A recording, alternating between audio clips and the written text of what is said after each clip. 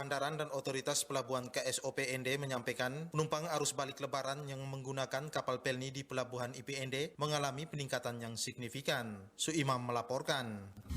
Pastinya ada peningkatan karena kan sudah tidak dibatasi lagi. Peningkatan itu kan ada datanya, pasti grafiknya naik. Peningkatan jumlah penumpang ini dikarenakan masa cuti bersama atau libur panjang Idul Fitri 1443 Hijriah akan segera berakhir sehingga banyak penumpang arus balik dari Jawa, Kupang yang turun di Pelabuhan IPND menggunakan kapal meningkat tajam dibanding dengan hari-hari biasanya. Demikian Kepala Kesya Bandaran dan Otoritas Pelabuhan KSOP-ND Kontrat Siahaan kepada RRI di ruang kerjanya Senin 9 Mei 2022 DND. Dijelaskan terkait adanya peningkatan penumpang arus balik, pihaknya tetap membatasi jumlah penumpang kapal agar tidak melebihi batas maksimal yang telah ditentukan demi keamanan dan keselamatan penumpang ketika berlayar. Penumpang dengan kapal ini muatannya harus sesuai peruntukan. Jadi misalnya contoh penumpang di satu kapal A maksimalnya 200, ya 200 yang lebih karena semua terhitung dengan alat keselamatannya. Makanya sudah tertera di dokumen kapal. Tidak boleh lebih sehingga kapal itu safety dalam pelayaran. Masyarakat juga bisa sampai dengan tujuan dengan aman dan selamat. Ditambahkan terkait hal tersebut, pihaknya berharap dari pelayaran tetap membatasi dan menjaga aturan yang sudah ditetapkan karena keselamatan pelayaran adalah prioritas utama dan bagi masyarakat atau penumpang jangan paksakan diri untuk tetap berangkat kalau memang kapal itu sudah full demi keselamatan penumpang itu sendiri. Sementara staf operasional dan pelayaran kapal pelni ND Muhammad Ali Wafa mengatakan untuk jumlah penumpang kapal pelni semua sudah sesuai dengan aturan yang telah ditetapkan sehingga tidak melebihi batas maksimal yang telah ditentukan. Untuk kapasitas penumpang sendiri yang di atas kapal itu sudah 100%. Jadi itu sudah tidak bisa. Sesuai ketentuan sesuai Satgas Covid. Jadi kalau misalkan yang kemarin yang sebelum hari raya itu sebelum kita ada masih lonjaknya Covid itu 70%, sekarang udah 100%. Ia melanjutkan, lonjakan penumpang arus balik lebaran tahun ini mengalami peningkatan sampai 100%, sedangkan tahun 2020 karena ada pembatasan untuk mudik kapasitas penumpang dibatasi hanya 50% sehingga jumlahnya pun minim. Mengantisipasi terjadinya gagal panen akibat perubahan cuaca yang mulai memasuki musim kemarau, Kementerian Pertanian menghimbau kepada para petani di NTT untuk mengikuti program asuransi usaha tani padi. Ferry Soo melaporkan. Asuransi usaha tani padi hadir dalam kerangka melindungi petani agar tidak mengalami kerugian akibat gagal panen akibat serangan organisme pengganggu tumbuhan atau OPT maupun perubahan iklim. Kepala Dinas Pertanian NTT Leki Frederick Koli kepada RRI Minggu pagi mengatakan, terbitnya program asuransi usaha tani padi ini karena melihat fenomena anomali iklim yang terus terjadi setiap tahunnya khususnya di NTT yang mengakibatkan ketidakpastian di dalam usaha tani untuk menghasilkan berbagai produk pangan dan jasa. NTT memiliki iklim berbeda dengan daerah-daerah lainnya di Indonesia, karena itu di NTT memiliki risiko yang tinggi untuk usaha tani. Untuk itu pemerintah mempersiapkan satu skema yang namanya asuransi usaha tani padi untuk bisa mengcover petani-petani padi yang memang sebagian besar mendominasi pertanian di NTT lebih dari 200.000 hektar.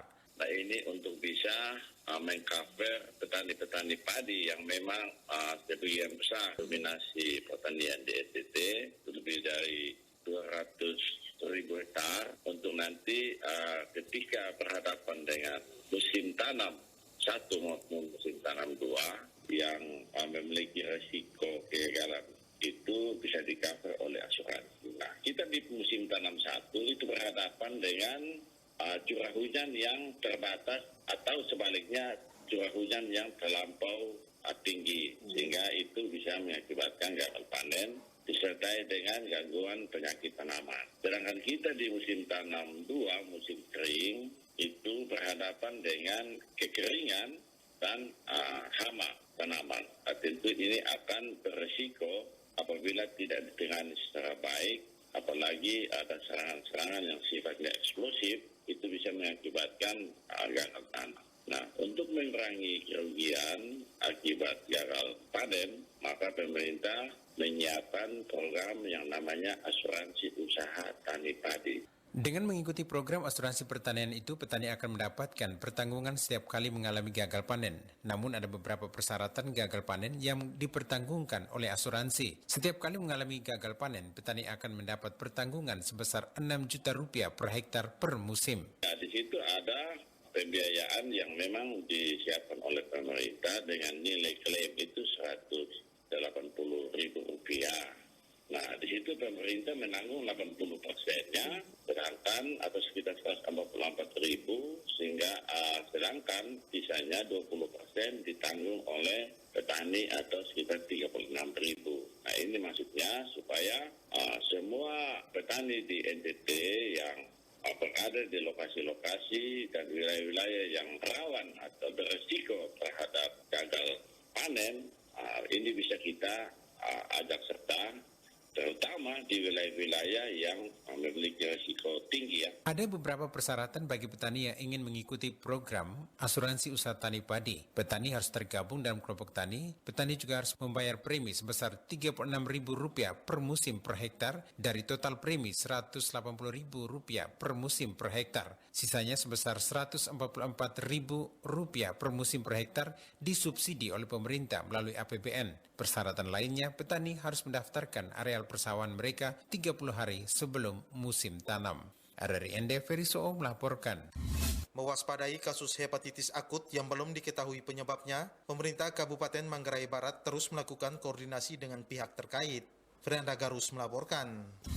Sejak dikeluarkannya surat edaran dari Kementerian Kesehatan Republik Indonesia terkait penyakit hepatitis akut ini, langkah awal yang telah dilakukan Pemkab Manggarai Barat yakni melakukan koordinasi bersama pihak Dinas Kesehatan, Rumah Sakit maupun Puskesmas. Dinkes Mabar juga diminta untuk meningkatkan pemantauan terhadap kemungkinan terjadinya kasus di masyarakat melalui Puskesmas serta melakukan edukasi kepada masyarakat tentang perilaku hidup sehat. Demikian yang disampaikan Wakil Bupati Manggarai Barat, Dr. Yulianus Weng kepada RRI dan Unitas ND Pagi Selasa kemarin. Dia menambahkan pihak rumah sakit juga diminta agar selalu waspada dan tetap menyiapkan segala peralatan kesehatan sehingga ketika menemukan satu kasus yang mencurigakan bisa langsung melakukan pemeriksaan laboratorium.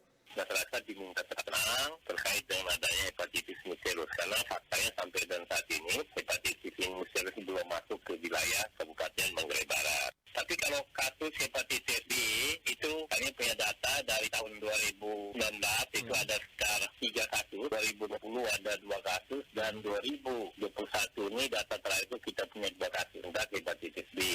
Secara terpisah, juru bicara Kemenkes Republik Indonesia Siti Nadia Tarmizi mengatakan pada tanggal 12 April lalu WHO telah mengumumkan bahwa ditemukan penyakit jenis baru yakni infeksi pada organ hati atau hepatitis akut yang umumnya menyerang anak di bawah 16 tahun. Sekitar 10% anak yang menderita penyakit hepatitis akut ini akan membutuhkan transplantasi atau cangkok hati. Gejalanya pun hampir sama seperti hepatitis pada umumnya yakni keluhan pada saluran pencernaan, demam, dan warna mata menguning. Menurutnya, sudah ada 20 negara yang melaporkan kasus ini dan jumlahnya terus bertambah. Jadi sudah ada surat kewaspadaan yang disampaikan ke seluruh dinas kesehatan provinsi dan kabupaten kota, termasuk juga ya untuk provinsi NTT dan kota ND ya. Tiap gejala kuning yang ada di dalam masyarakat ataupun juga semua pasien-pasien yang mengalami salah satu keluhannya gejala kuning yang mengalami gangguan saluran cerna dilakukan observasi lebih mendalam. Kalau dia kemudian kuning untuk segera dilakukan pemeriksaan yang kita sebut sebagai SQCT-nya ya,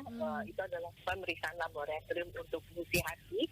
Dan kalau terjadi peningkatan lebih dari 500 national unit ya, untuk segera dilakukan rujukan spesimen ke laboratorium rujukan.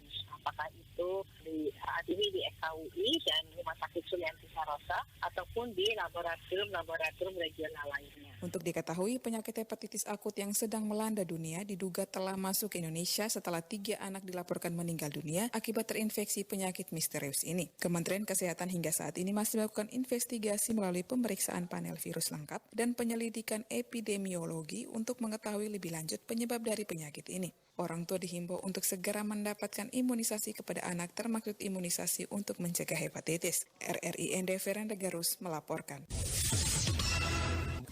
Persatuan Dokter Gigi Indonesia Cabang Flores akan kembali menggelar kegiatan bakti sosial bagi masyarakat di Flores. Lady Badin melaporkan. Kegiatan bakti sosial kesehatan gigi dan mulut tersebut akan digelar di Kabupaten Nagekeo, tepatnya di Desa Alorawe, Kecamatan Boawai. Demikian seperti yang disampaikan oleh Ketua Persatuan Dokter Gigi Indonesia Cabang Flores, Dr. Gigi Agustinus Putu Andreastra, kepada RRI. Dijelaskan Dr. Andre, kegiatan bakti sosial ini nantinya dilaksanakan untuk menyambut Hari Kemerdekaan Republik Indonesia ke-77 tahun. PDGI Flores ini akan dilaksanakan di Desa Alorawe, Kecamatan Boawai, Kabupaten Ngada pada hari tanggal Sabtu 6 Agustus tahun 2022. Dan kegiatan Baksos ini dalam rangka untuk memperingati Hari Kemerdekaan Republik Indonesia. Dan kegiatan Baksos ini akan diikuti kurang lebih 30 dokter gigi yang tergabung menjadi anggota dari Persatuan Dokter Gigi Indonesia Cabang Flores.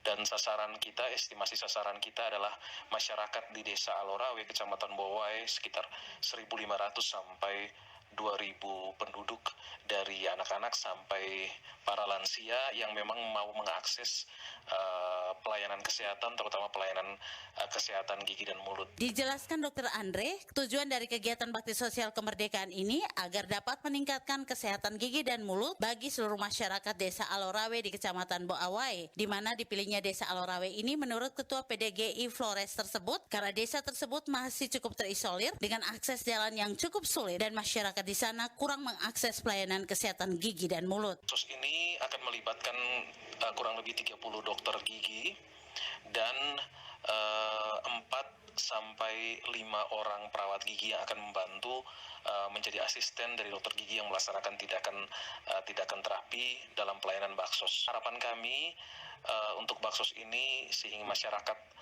Alorawe, Kecamatan Bowai yang selama ini mungkin susah mengakses pelayanan kesehatan, terutama pelayanan kesehatan gigi dan mulut, bisa mengakses nanti di pos-pos pelayanan Baksos kami, sehingga mendekatkan pelayanan kami juga kepada masyarakat.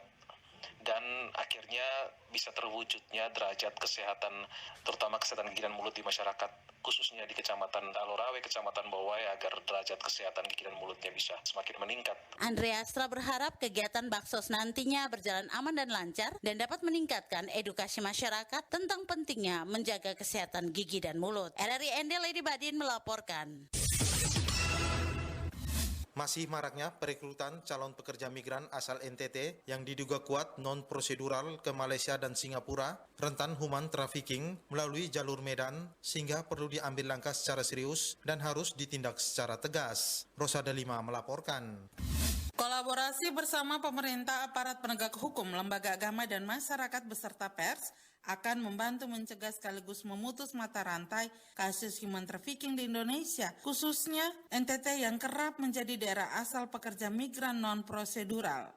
Demikian disampaikan Ketua Dewan Pembina Padma Indonesia, Gabriel Goa, terkait upaya hukum kasus Katarina asal Adonara yang terjaring mafia tindak pidana perdagangan orang TPPO Jalur Medan yang sedang berjalan saat ini. Terpanggil untuk selamatkan anak bangsa khususnya NTT yang selalu terjebak iming-iming perekrut melalui jalur instan non-prosedural rentan human trafficking, lanjut Gabriel Goa, maka dari Lembaga Hukum dan HAM Padma Indonesia, Pelayanan Advokasi untuk Keadilan dan Perdamaian Indonesia mendesak gugus tugas pencegahan dan penanganan tindak pidana perdagangan orang untuk berkoordinasi serius dengan Mabes Polri, Polda NTT, dan Polda Sumut agar menindak tegas dan membuat efek jera terhadap pelaku jaringan migrasi ilegal yang rentan human trafficking di wilayah NTT melalui jalur Medan dan jalur-jalur tikus lainnya seperti jalur barat Kepulauan Riau dan Sumut, jalur tengah Kalimantan Barat, dan jalur timur Kalimantan Utara.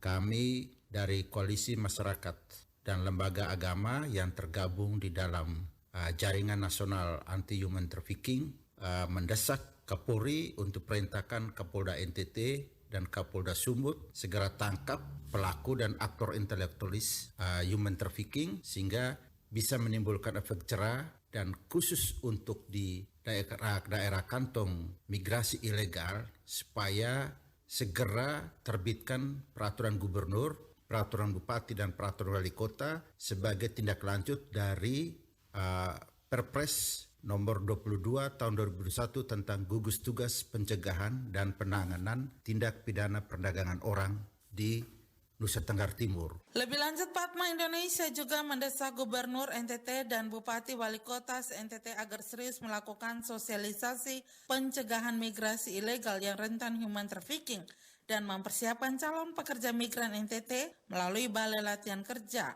Pekerja Migran dan Layanan Terpadu Satu Atap, bekerja sama dengan lembaga swasta dan lembaga agama untuk menciptakan rebranding pekerja migran NTT yang memiliki kompetensi dan kapasitas agar bisa bersaing di bursa pasar kerja internasional.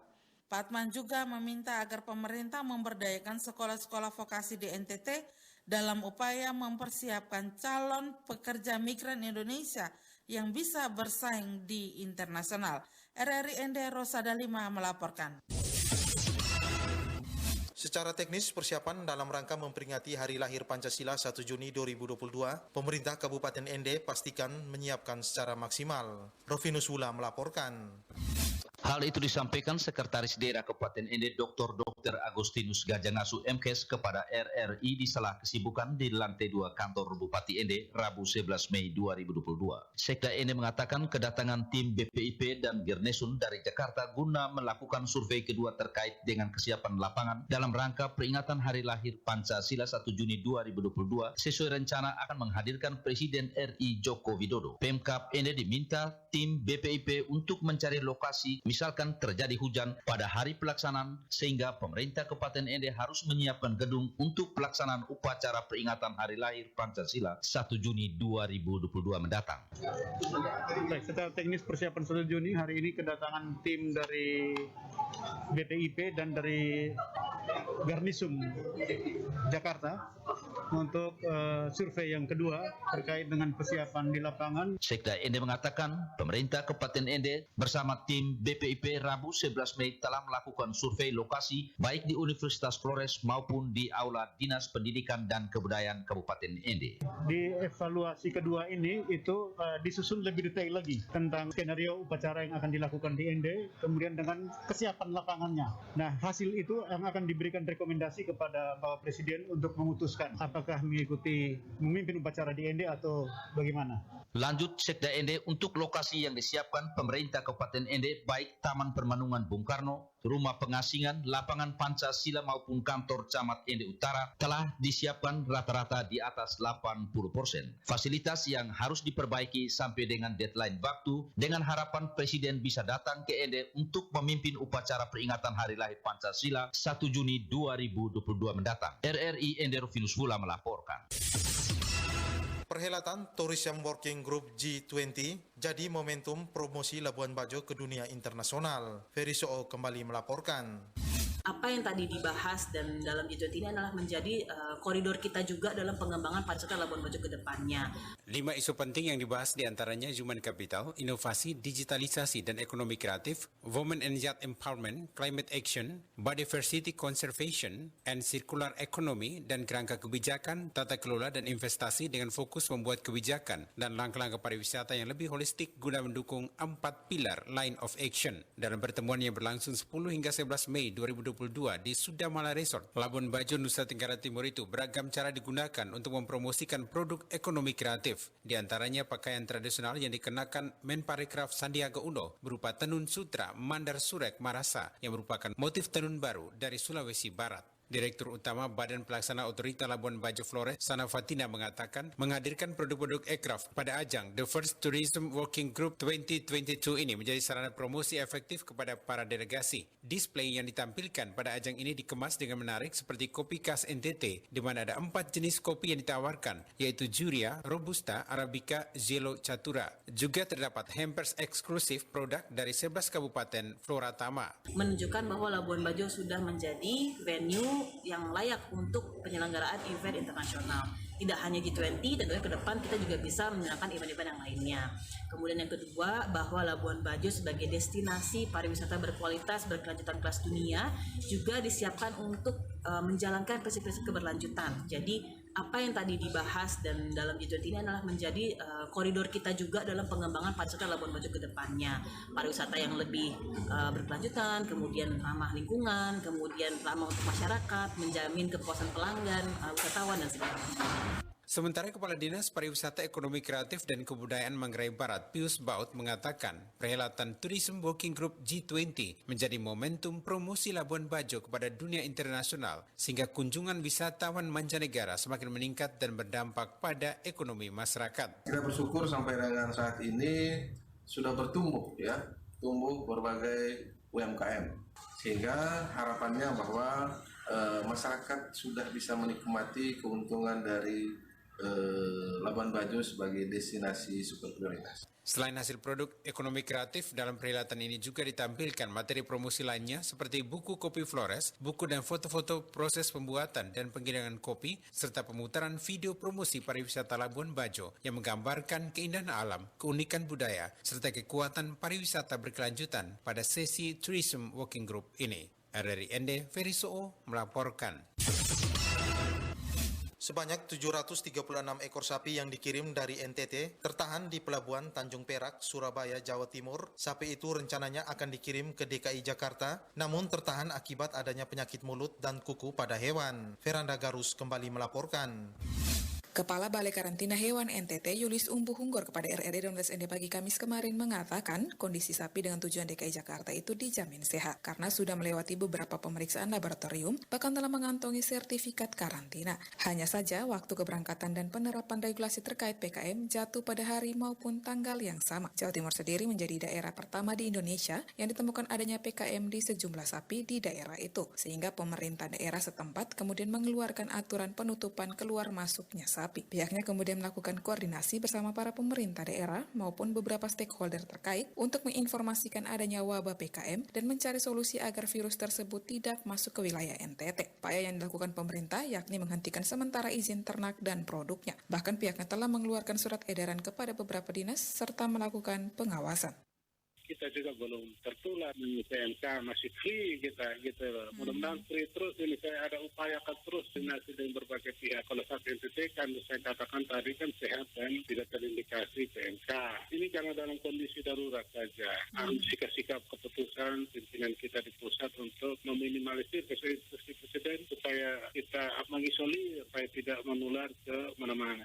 Secara terpisah melalui siaran persnya Rabu 11 Mei 2022, Menteri Pertanian Republik Indonesia Dr. Haji Sahrul Yassin Limpo SHMH telah menetapkan 2 provinsi yang dilanda wabah PMK pada hewan, yakni Provinsi Aceh di 2 kabupaten dan 4 kabupaten di Provinsi Jawa Timur. Setelah melakukan beberapa pertemuan bersama pihak terkait, adapun 3 langkah intervensi Mentan dalam menghadapi wabah PMK, yakni langkah darurat, langkah temporari, kemudian agenda pemulihan. Dalam waktu dekat juga, pihaknya akan menghadirkan vaksin impor dengan jumlah terbatas sambil menunggu kehadiran vaksin berikutnya. Dalam waktu yang sangat singkat ini, terutama pada daerah-daerah yang terjangkit wabah secara pasti, terutama di Jawa Timur dan Aceh itu, maka yang dilakukan adalah menyebarkan obat-obat yang ada. Ada 3 bentuk obat yang sekarang ini sudah diturunkan dan untuk menunggu sampai vaksin kita bisa temukan seperti apa untuk melakukan intervensi yang ada. Dari hasil pantauan pihaknya di lapangan, setelah melakukan penyuntikan maupun pemberian obat kepada beberapa ternak dengan wabah PMK, ternyata mendapatkan hasil yang memuaskan. Artinya beberapa ternak di antaranya kembali pulih. Dia berharap agar virus tersebut bisa segera diatasi, sehingga ternak sapi bisa kembali dibawa pada daerah tujuan masing-masing. RRI ND Veranda Garus melaporkan. Fakultas Ekonomi Universitas Flores ND melepas 149 sarjana ekonomi melalui prosesi yudisium yang dilaksanakan Jumat sore. Rosa Dalima kembali melaporkan. Dari 149 lulusan tersebut, 82 dari Prodi Manajemen, 11 dari Ekonomi Pembangunan, dan 56 dari Prodi Akuntansi. Dekan Fakultas Ekonomi Iriani Dewi Soleman SEMSI dalam sambutannya pada acara yudisium menjelaskan, yudisium merupakan pengukuhan seorang mahasiswa yang telah memenuhi syarat kelulusan pada suatu program studi dan berhak menyandang gelar sarjana ekonomi. Pencapaian kelulusan mahasiswa, kata Iriani, semakin baik dari tahun ke tahun. Hal ini ditunjukkan dengan penyerapan alumni Fakultas Ekonomi Unflor di Bursa Kerja mencapai 70% sesuai bidang ilmu. Dirinya berharap ke depannya pencapaian prestasi mahasiswa harus terus ditingkatkan, yang didukung dengan pemberlakuan surat keterangan pendampingan ijazah SKPI, menerangkan kemampuan yang dibutuhkan sebagai prasyarat dalam persaingan dunia kerja. Pada kesempatan itu, Iriani juga menekankan akhlak yang baik kepada seluruh lulusan ketika kembali ke masyarakat, karena membawa serta citra lembaga di mata publik. Yang pertama adalah akhlak. Jadi kemampuan, skill yang sudah kami berikan kepada mereka, itu nanti keberhasilan itu kan ada pada mereka juga. Jadi dituntut mereka untuk terus belajar, mengembangkan diri sesuai dengan era digital ini, dan juga di dalam masyarakat tetap menjaga akhlak. Karena walaupun Anda profesional seperti apapun, kalau akhlaknya tidak menunjang, nah ini juga kurang bagus. Dan juga ini juga akan membawa dampak kepada lembaga. Nama baik lembaga itu perlu dipikirkan. Atas nama keluarga besar Fakultas Ekonomi, Iriani menyampaikan profisiat bagi 3 lulusan terbaik masing-masing. Maria Apriana Gano Save dari Prodi Manajemen dengan IPK 3,84, Agatha Aprilia Dwi Embu Prodi Akuntansi dengan IPK 3,71, dan Maria Filani Suarti Jemimi dari Prodi Ekonomi Pembangunan dengan IPK 3,68. RRI Ende Rosada 5 melaporkan. Kegiatan Siagasar khusus Lebaran yang berlangsung selama 21 hari dari tanggal 22 April sampai 12 Mei 2022 resmi ditutup. Su Imam kembali melaporkan. Penutupan kegiatan ini dipimpin langsung oleh Kepala Kantor Pencarian dan Pertolongan Maumere, Iputu Sudayana, pada upacara apel penutupan Siagasar khusus Lebaran tahun 2022 yang diikuti oleh seluruh pegawai di halaman Kantor Pencarian dan Pertolongan Maumere, Kamis 12 Mei 2022. Dikemukakannya selama pelaksanaan kegiatan Siagasar khusus Lebaran, meskipun terjadi peningkatan jumlah pemudik maupun volume arus lalu lintas di semua moda transportasi, namun tingkat kecelakaan tahun ini menurun. Menurutnya, Basarnas telah melaksanakan Siagasar dengan selalu mengedepankan profesionalisme dan sinergitas dengan prinsip Quick Response of SAR demi terwujudnya pelaksanaan SAR yang optimal dalam rangka mendukung kebijakan pemerintah dengan tetap mematuhi protokol kesehatan COVID-19. Kita berkolaborasi dengan kementerian lembaga terkait dalam melakukan siaga khusus ini seperti TNI, Polri, Kementerian Perhubungan, pemerintah daerah, dan seluruh potensi SAR yang ada. Ia melanjutkan selama pelaksanaan kegiatan Siaga SAR khusus Lebaran tahun 2022 di seluruh wilayah kerja 43 kantor SAR secara umum berjalan dengan baik, terpantau tertib, aman, dan terpadu. Dikatakan Iputu Sudayana, selama 21 hari pelaksanaan kegiatan Siaga SAR, Direktorat Operasi melalui Basarnas Command Center mencatat ada 111 operasi SAR, diantaranya kecelakaan kapal laut, udara, bencana, maupun kecelakaan penanganan khusus. Tahun 2022 ini, Direktorat Operasi melalui Basarnas Command Center mencatat ada 111 operasi SAR dengan rincian sebagai berikut. 1.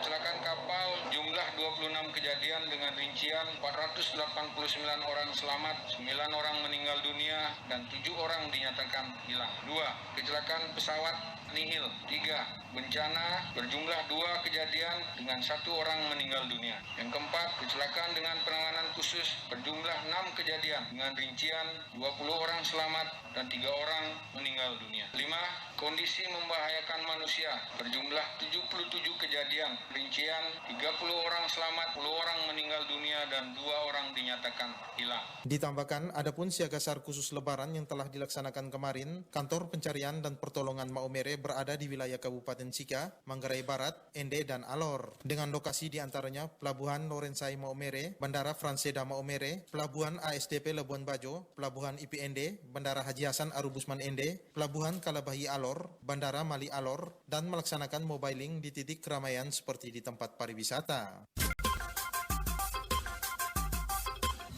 Berita dari Basarnas Maumere menutup kebersamaan kita dalam berita-berita sepekan pagi ini. Sampai jumpa di edisi berikutnya.